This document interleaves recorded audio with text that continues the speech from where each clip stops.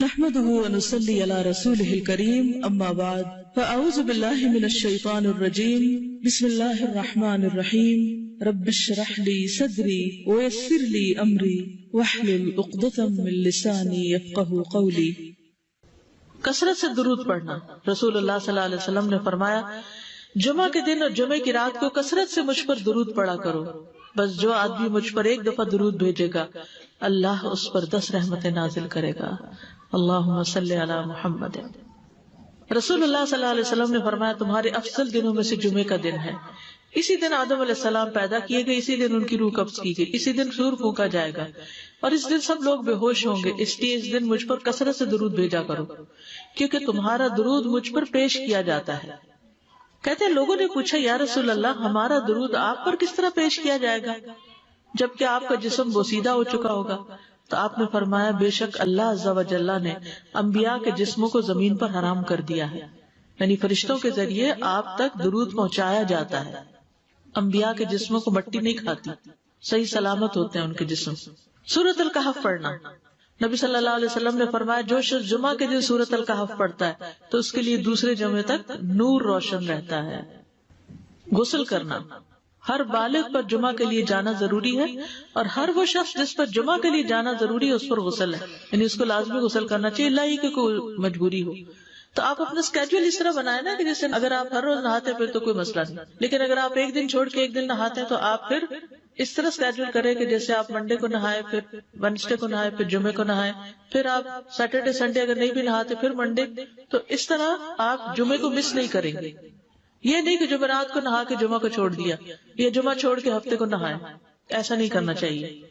علماء نے غسل کے حکم کے بارے میں اختلاف کیا، بعض تو کہتے ہیں یہ واجب ہے یعنی فرض کے درجے میں ہے، اور جمہور علماء یہ کہتے ہیں کہ مستحب ہے، پسندیدہ ہے، افضل عمل ہے۔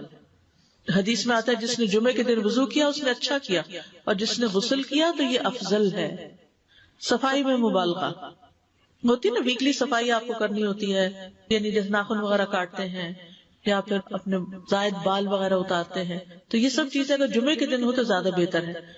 نبی صلی اللہ علیہ وسلم نے فرمایا جو شخص جمعے کے دن اچھی طرح غسل کرے، اچھی طرح سنوار کر وضو کرے، اپنے بہترین لباس میں سے پہنے، یعنی جمعے کے دن باقی دنوں کی نسبت اچھا لباس پہنے، اللہ نے اس کی قسمت میں گھر والوں کی جو خوشبو لکھی ہو وہ لگا لے، یعنی گھر میں جو بھی خوشبو ہے، پھر جمعہ پڑھنے آئے تو لغو کام نہ کرے، 2 آدمیوں کے درمیان جدائی نہ کرے، یعنی 2 لوگ بیٹھے ان کے بیچ میں گھس کے بیٹھ جائے۔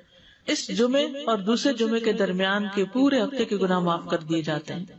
پھر مسواک کرنا۔ جمعے کی سنتیں بتاتے ہوئے آپ نے فرمایا اور تم پر مسواک کرنا لازم ہے۔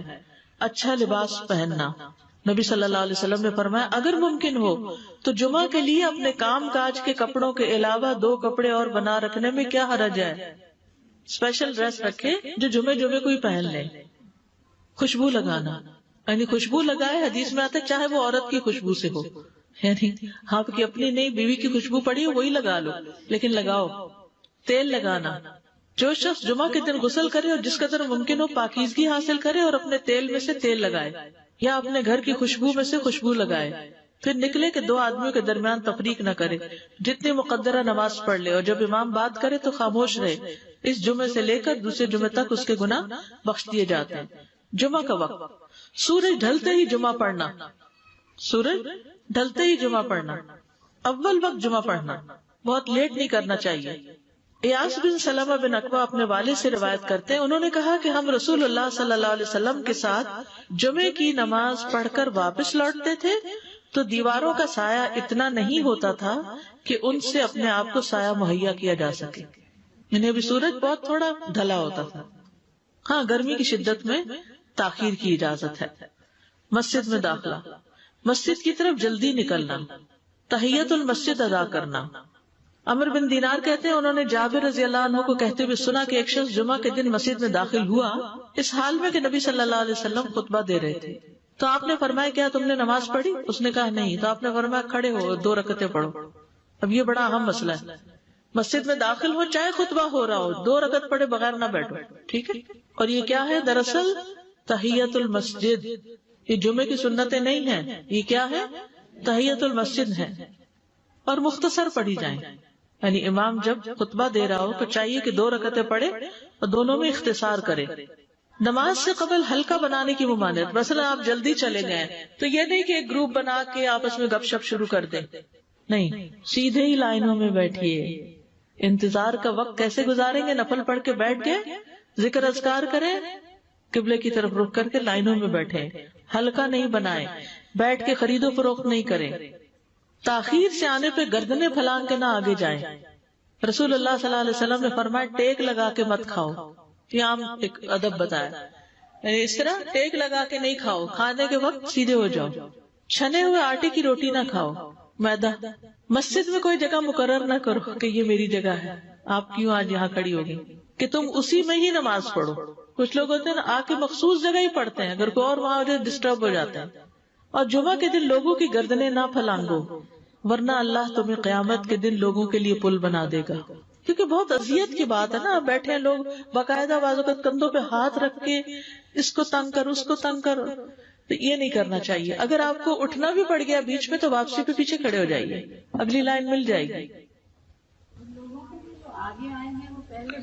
جی یہ تو بہت ضروری بات آپ نے کی کہ جب لوگ مسجد آئے تو پہلی صف میں بیٹھے، یعنی پہلی چھوڑ کے آخری میں بیٹھ جائیں اور پھر لوگ ان کی گردنیں پلانگتے رہیں، دوسروں کے لیے فتنہ بننا. جابر بن عبداللہ رضی اللہ عنہ سے روایت ہے کہ جمعے کے دن رسول اللہ صلی اللہ علیہ وسلم خطبہ ارشاد فرما رہے تھے کہ ایک آدمی مسجد میں داخل ہوا، وہ قریب آ کر بیٹھنے کے لیے لوگوں کے اوپر سے گزرنے لگا.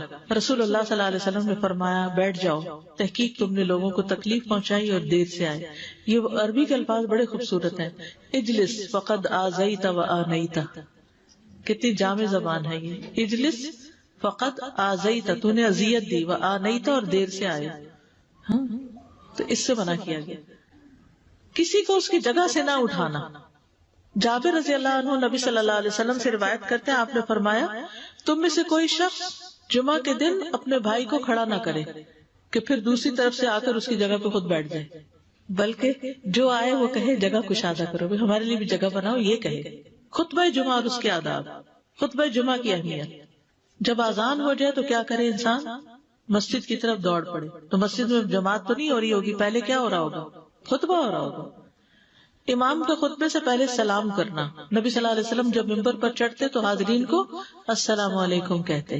امام کا کھڑے ہو کر خطبہ دینا.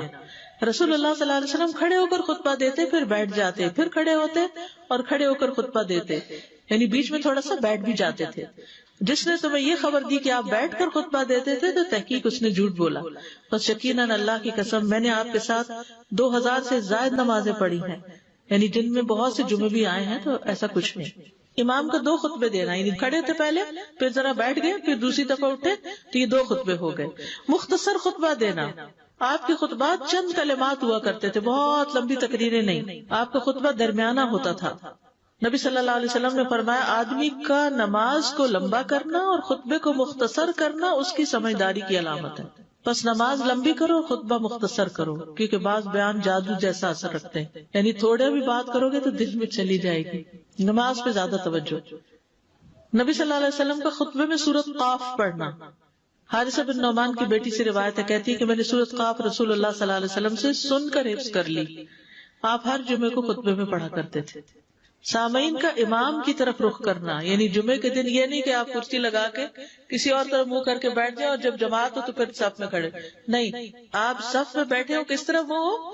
قبلہ رخ ہو. امام سامنے ہی ہوگا نا قبلے کی طرف. ایک صحابی کہتے کہ جب آپ ممبر پہ چڑھتے تو ہم اپنے چہروں کے ساتھ آپ کی طرف متوجہ ہوتے، ادھر ادھر نہیں دیکھتے تھے خطبے کے دوران. امام کے قریب بیٹھنا. اللہ کے نبی صلی اللہ علیہ وسلم نے فرمایا ذکر میں حاضر ہوا کرو، یعنی خطبہ میں، اور امام کے قریب بیٹھا کرو. بے شک آدمی دور ہوتا رہتا ہے حتیٰ کہ وہ جنت میں بھی پیچھے ہی ہوگا اگرچہ وہ اس میں داخل بھی ہو جائے. تاخیر کی اتنی مذمت ہے. خاموشی سے خطبہ سننا، یعنی بات نہیں کرنی چاہیے، کوئی اہم بات بھی نہیں پوچھنی چاہیے.